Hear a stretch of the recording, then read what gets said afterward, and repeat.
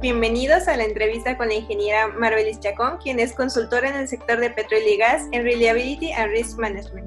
Hola, gracias. Gracias por aceptar la invitación. Actualmente la mayoría de los análisis sobre la industria petrolera resaltan que la recuperación será lenta e incluso algunos señalan que nunca se recuperarán los niveles de producción y consumo.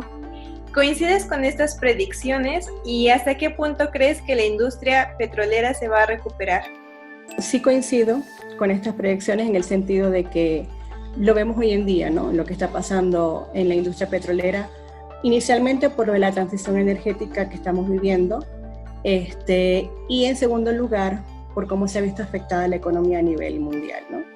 Entonces, en países, por ejemplo, que dependan altamente del petróleo, como por ejemplo México o gran parte de Latinoamérica, a lo mejor en la actualidad no se tiene todavía un plan estratégico concreto para poder reactivar la economía una vez que esta crisis del COVID pase. Entonces, definitivamente es muy probable que no podamos recuperar los niveles de producción y consumo de años anteriores, ¿no? Por eso es que estamos viendo sobre todo que hoy en día hay muchos inversionistas que están orientándose, enfocándose a lo que es las energías alternativas. Entonces, pues sí coincido en que no vamos a llegar a lo mejor a los niveles anteriores, y uno de los ejemplos que demuestra esto es que las grandes corporaciones petroleras y compañías de servicio como Shell, BP, Chevron, Exxon, Halliburton, Schlumberger, Weatherford han despedido a sus empleados, han reducido su plantilla y también a sus colaboradores externos.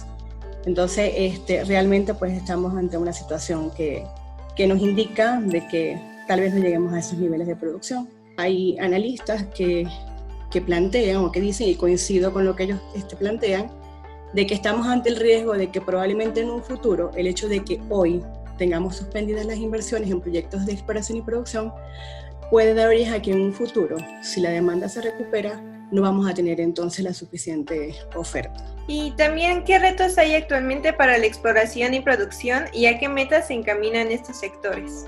Los retos no solamente son técnicos o operacionales y económicos, también estamos ante retos ambientales y sociales. Entonces, ¿qué es lo que se requiere en la actualidad? Tenemos que ser más minuciosos y más meticulosos en el tipo de análisis que hagamos en los proyectos de la industria.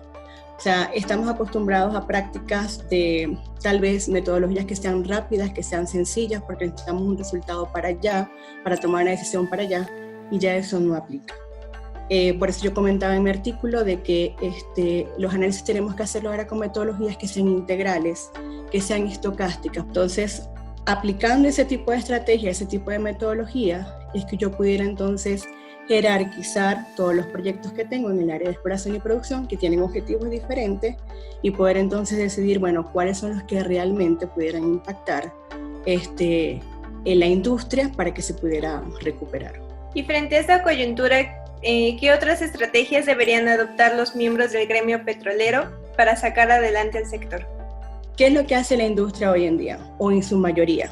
Hace análisis de riesgo de manera subjetiva. ¿Qué pasa con estos análisis de riesgos subjetivos? Que son rápidos, que son sencillos, pero no toman en cuenta la incertidumbre de todo lo que está pasando y todo lo que te afecta a un proyecto, y además no son trazables esas decisiones, o sea, no tienen ningún soporte técnico como tal o fundamental. Entonces, cuando nosotros hacemos primero una valoración estocástica de cada proyecto, nosotros tomamos en cuenta esas incertidumbres, eso lo llevamos a las variables de salida o a las variables que nos permiten tomar una decisión, y además yo puedo identificar cuál de todas esas variables son las que impactan mayormente mi proyecto, cuáles son las que generan mayor incertidumbre. Yo hago un plan de acción para poder eliminar esas incertidumbres o reducirlas en el caso de que no se pueda, y por supuesto tengo además el soporte técnico para ir y pedir recursos para ejecutar ese plan. En la industria petrolera la información vale oro, y es una de las cosas más importantes que tenemos que tomar en cuenta. Entonces, entender que toda aquella variable que genere incertidumbre dentro de un proyecto de exploración y producción debe ser atacada para disminuir su incertidumbre. Y una vez que hagamos eso, entonces definir índices multicriterios para poder tomar decisiones. O sea, hoy en día no podemos decir, bueno, si este proyecto es rentable lo voy a ejecutar, o si este proyecto no es tan riesgoso lo voy a ejecutar. No. Hoy en día son muchos elementos los que tenemos que tomar en cuenta. Entonces, tenemos que ver cuáles son los proyectos que yo debo hacer. Yo tengo que ver rentabilidad, por supuesto, tengo que ver riesgo, tengo que ver que se cumpla con una reducción presupuestaria, porque los recursos son limitados. Tengo que ver que se cumplan metas de producción, si son proyectos exploratorios, que se cumpla con metas de incorporación de reservas. Yo tengo que ver la eficiencia de la inversión, tengo que ver la confiabilidad de la información con la cual estoy trabajando, tengo que ver la parte de los costos. Entonces, todos esos factores afectan en mayor medida un proyecto, yo debo tomarlos en cuenta, y una vez que yo considere todo eso, yo entonces jerarquizo todos los proyectos. Yo puedo entonces definir cuáles de esos proyectos son los que debería ejecutar o no. O sea, obviamente hoy en día, con todo lo que está pasando, habrá proyectos que no van a cumplir todos esos requisitos y entonces no es recomendable hacerlo. Entonces, definitivamente es un cambio de paradigma, de dejar de trabajar de manera determinística, tomando en cuenta un solo elemento para decidir, hacia una mentalidad estocástica, donde yo tengo como resultado un rango de valores con sus debidas probabilidades de ocurrencia y con base en eso tomar una decisión. ¿Y cómo piensas que evolucionará el sector de hidrocarburos frente a las necesidades de una transición energética y la reducción de emisiones a nivel internacional? Lo que he visto hasta ahora, lo que he podido leer, hay muchas publicaciones hoy en día sobre eso, te digo, porque producto tal vez de que la industria petrolera está pasando por un momento crítico, he visto mucho énfasis en implementar y en evaluar proyectos con el uso de energías alternativas o energías renovables. Hoy en día a lo mejor o va a llegar un momento antes de la transición en que la industria petrolera va a tener que convivir con otras fuentes de energía, pero sí considero que es algo satisfactorio, que es algo positivo y sobre todo que hay mucha gente que está comprometida a trabajar en el uso de energías alternativas para poder reducir lo que son las emisiones y evitar todo esto de la contaminación y poder cumplir con el Tratado de París, en el cual hay un compromiso para, digamos, descarbonizar el sistema energético y poder tener energías más limpias para los procesos productivos. ¿Cómo ha sido tu experiencia en la consultoría en el sector de petróleo y gas? Primero que nada, por supuesto, ha sido retadora, pero satisfactoria. ¿Por qué retadora? Bueno, primero, yo soy venezolana, yo tengo ya 12 años acá en México y por supuesto venía de vivir todo el tiempo en mi país, vivía en mi casa con mi familia, o sea, mi papá, mi mamá, mis hermanos, y simplemente un día me llegó una oferta de trabajo para un proyecto de unos meses acá en México. Yo ni lo pensé, o sea, dije, no, me voy, o sea, es una oportunidad, es algo diferente, es algo que nunca he hecho, ¿no? Siempre había trabajado en Venezuela. Y yo creo que el primer reto fue desprenderme desde el punto de vista personal de la familia, ¿no? Vine por unos meses, ya tengo 12 años acá, esos meses se convirtieron en 12 años, ya no regresé más, solamente de vacaciones. Y obviamente al inicio hay un cambio cultural en la parte laboral, ¿no? El horario de trabajo es distinto, las horas de comida es distinta, la terminología en el ambiente petrolero que utilizamos acá en México es distinta al que utilizamos en Venezuela, entonces al principio hay mucha adaptación. O sea, el primer reto es la adaptación a comunicarte con tus compañeros, en transmitir el mensaje utilizando las palabras adecuadas. El primer reto fue la parte de la cultura laboral.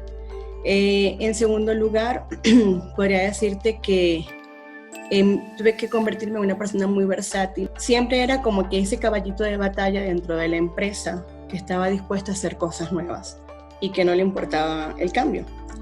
Entonces he tenido la oportunidad en estos 12 años de trabajar en todas las regiones de Pemex, en los diferentes activos de producción. ¿Cuáles han sido las experiencias más enriquecedoras para tu formación profesional? En primer lugar, desde el punto de vista técnico, una de las experiencias que considero me enriqueció más y me fortaleció más como persona y como profesional es en la región sur. Estuve liderando un proyecto durante 2 años, éramos un equipo de casi 70 personas, de diferentes culturas, de diferentes países. Era un equipo de trabajo multidisciplinario, con líderes de Pemex de verdad bastante exigentes, y creo que fueron 2 años, o sea, donde tal vez aprendí muchísimas cosas, Y eso para mí ha sido satisfactorio, sobre todo el intercambiar una convivencia laboral y, por supuesto, de competencias y de conocimiento con personas de diferentes partes del mundo en muchas áreas. Porque como líder del proyecto tenía que involucrarme en cada una de las áreas y saber qué era lo que se estaba haciendo para poder cumplir con los objetivos del cliente, ¿no? Esa para mí fue una experiencia de verdad bastante satisfactoria. En segundo lugar, después de haber estado varios años trabajando a nivel de los activos de producción, se me presenta la oportunidad entonces de trasladarme acá a la Ciudad de México, donde ya tengo 2 años y medio, y ya aquí trabajar a nivel corporativo. Entonces, el trabajar acá a nivel corporativo pues ya es otra perspectiva que ves del negocio, y en donde he tenido la oportunidad de trabajar entonces a nivel de la subdirección acá en PEME, en lo que es estructurar casos de negocio para todo lo que son contratos y alianzas con otras empresas, ¿no? Y en tercer lugar, yo he compartido mi experiencia como consultora en la industria, como profesora en la universidad, inicialmente en Venezuela, luego lo hice acá en México. Fui durante 2 años profesora en la Universidad Autónoma de Guadalajara. ¿Y qué tan marcada crees que está la brecha de género en la industria y cómo se podría empoderar a la mujer? La brecha de género sigue marcada. Eso parte de la educación. O sea, definitivamente es algo muy cultural, sobre todo en Latinoamérica, donde siempre vemos que el hombre, digamos, tiene como que mayores virtudes o habilidades para manejar una industria, manejar un negocio o tomar decisiones. Por eso que es satisfactorio cuando tú ves que una mujer está liderando equipos de trabajo o organizaciones que tengan que ver con el área petrolera, ¿no? Eso llena de satisfacción y hay muchas que por supuesto tienen las cualidades y las habilidades para hacerlo. Pero yo pienso que aquí el punto de atención es que eso viene de abajo, o sea, de casa, de la escuela. O sea, lo que tenemos que buscar siempre es la calidad de vida del ser humano. Y no tiene nada que ver si eres hombre o mujer. Lo importante es que tengas la capacidad para hacerlo y el talento para hacerlo. Entonces, ¿qué podemos hacer? En lo que primero, irnos a la educación. O sea, hay paradigmas en nuestra educación que debemos cambiar, ¿no? Y en segundo lugar, promover el trabajo que hacen organizaciones como Buen México, organización a la cual pertenezco, donde promovemos el trabajo, el desempeño que hace la mujer, en este caso en la industria energética, para que se vea que tenemos las mismas habilidades, las mismas virtudes, las mismas cualidades, y que tenemos derecho también entonces a que se nos vea de manera equitativa junto con el hombre. Y para cerrar esta entrevista, que ha sido muy interesante, quisiera que nos compartieras un consejo para empoderar a las mujeres y para quienes están comenzando su trayectoria en este sector. Bueno, lo primero que yo les diría es que tienen que estar dispuestas a que el fracaso existe, a que los golpes existen, a que van a haber piedras en el camino, a que va a haber obstáculos, a que va a ser difícil, posiblemente, y en algunos momentos van a querer gritar y renunciar a lo que están haciendo. Pero si realmente van a emprender una carrera en este mundo, en esta área, y están dispuestas a aprender, a formarse, a siempre dar lo mejor de sí para optimizar todo lo que tenga que ver con la cadena de valor de la industria petrolera, y más importante, a trabajar en equipo, ¿okay? Que todo va a valer la pena.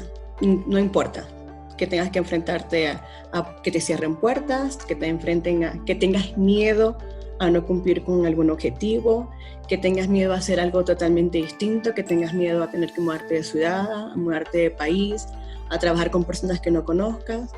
Nada, todo eso se puede enfrentar siempre y cuando tú ames y tengas pasión por lo que haces en la industria.